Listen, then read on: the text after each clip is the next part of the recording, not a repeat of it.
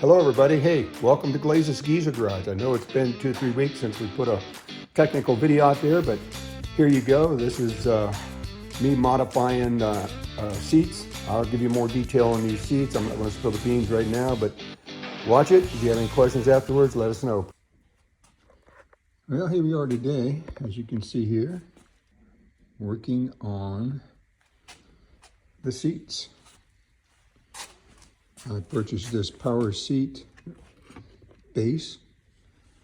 I can tell you right now that base is made for a early model Mustang retrofit. But after all the research I did and measuring, it fits nicely on this. Of course, I have to make the feet, but I'm in the all the way back position right now and everything looks good. So gonna get some more mounting metal here. I had to take the original slides off and I'm creating these bases here. So yeah.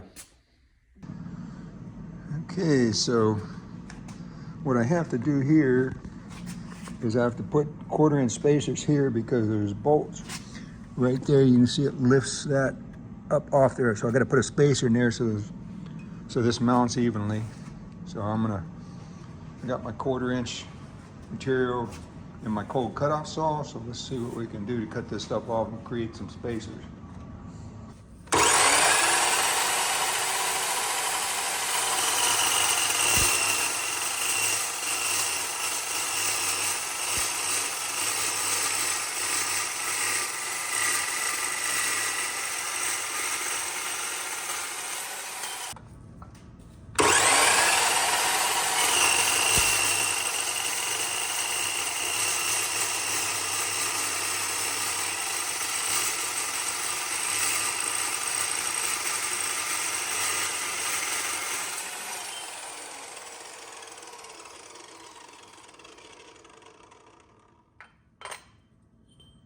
Okay, I have my spacers cut. I'm gonna mark them. I really don't want to weld anymore around this fabric because, you know, it'll catch on fire. So I'm gonna mark these and I'm gonna pull these shoe rails off and weld them up. One thing I wanted to point out is I'm using Big Blue here today. I actually repaired it, got it running. I love this welder. Yeah. So let's see how she welds up.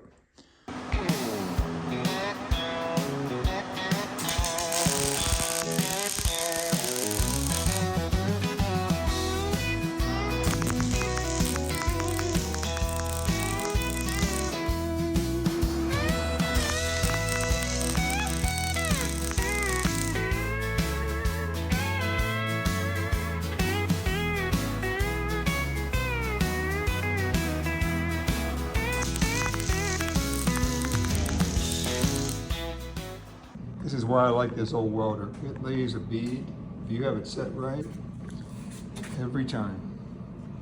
Now, the direction of the bead is my fault, but you can see there it lays a nice deep weld. This is what the power seat looks like once I have it mounted. You can see I fabricated these mounting plates. Tucks up in there real nice. Now I'm going to place it in the car so I can kind of figure out my mounts. I have it all the way back, in the all the way back position, and that's the way I'll mount it in the car. And then for smaller people could come forward. Now let's get in the car. Okay, I feel like I have the passenger seat in there. Location wise, if you can see here, you got plenty of room to pull your seat recliner. I have the electric power seat bracket mounts on down below. I've marked my floorboard. I know how I'm going to make my brackets. Let's pull this seat out and start making some brackets. What I'm doing here is I'm tapping these holes in the mounts for the first kind of prototype here. It's a slow process, but got to be done.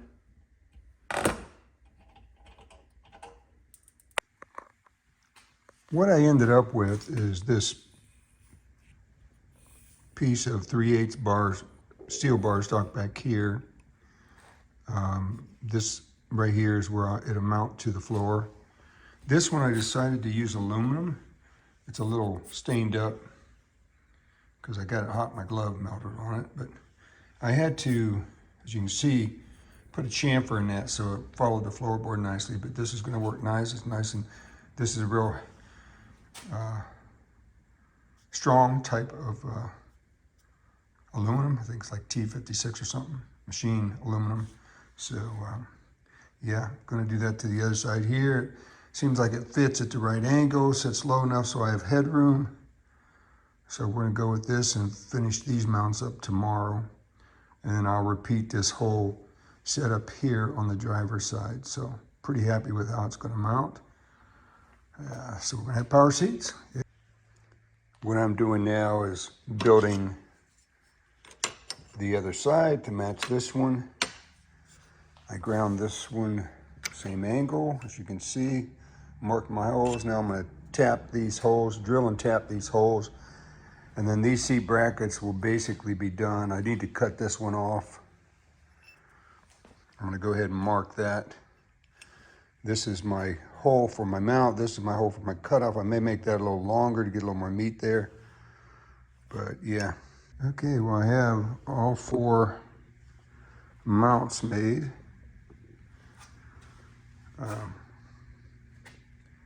So I'm going to stick this back in,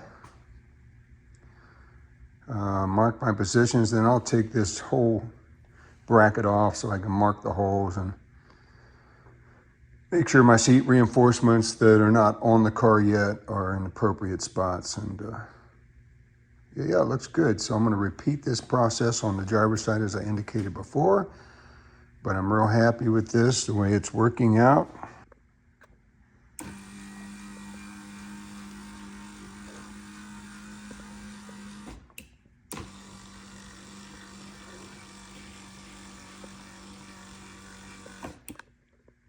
Yep, works great. I've taken the, what I considered the passenger seat, and because they're identical and the floors are identical, basically one's just a little wider than the other, I decided to put the passenger seat over to the driver's side position just to make sure everything fit up the same. And the more I look at it, the more I like the seat back recliner lever on the inside. Usually on most cars, the recliner's on the outside, but I kind of like it. It's a cleaner look. With it being inside, you can't even see it there, but there's a cover that goes on that.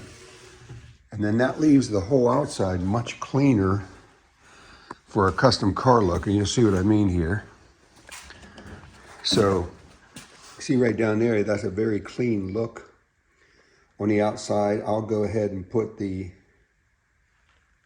I may even put the seat, automated powered seat adjustment, maybe on the console, just to keep a real clean look on the seats.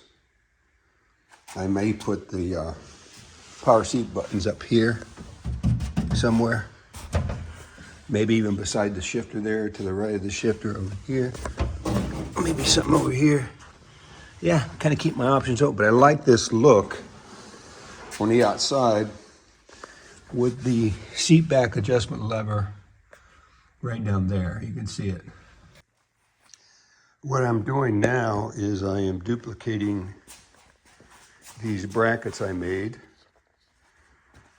for this seat because I know it fits. And here's how I started duplicating. I had some bar stock here. It was a little short, so I just added on a piece to make them the proper length, ground it down. So I will put a couple 1/4-inch spacers here, get the holes lined up in the right spot, and get this thing welded up too. You can see here my 2 main adapters that connect to the original seat frame. Locate these 2 holes.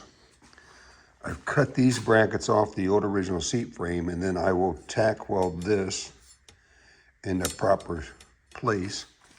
And that is what my new power seat frame will attach to, and we'll show you that procedure. As you can see here, I welded these 1/4-inch pads onto the adapter. This becomes part of the adapter for the seat system to fit. You have to do that to kind of get clearance for these pieces here. Let me show you how that works. Like this. So you can kind of see how that all works together. So yeah, you can see how those 1/4-inch spacers hold that up. Here's a better view. Let me get you a better view. You can see here how you create that space. I didn't want to bore you guys with the boring work, but these are the mounting blocks I did. And you can see I'm drilling and tapping those. And as soon as I get these tapped and put them on, then I got to trim a few bolts off, but then I'll have the second seat mounting system done. All right, folks. I have both seats mounting brackets done. These are power seats now.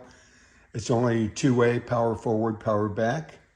It does have a lever for reclining, but you can kind of see where I sketched with chalk there. I'm going to round those corners off to kind of give it more of a C2 Corvette look.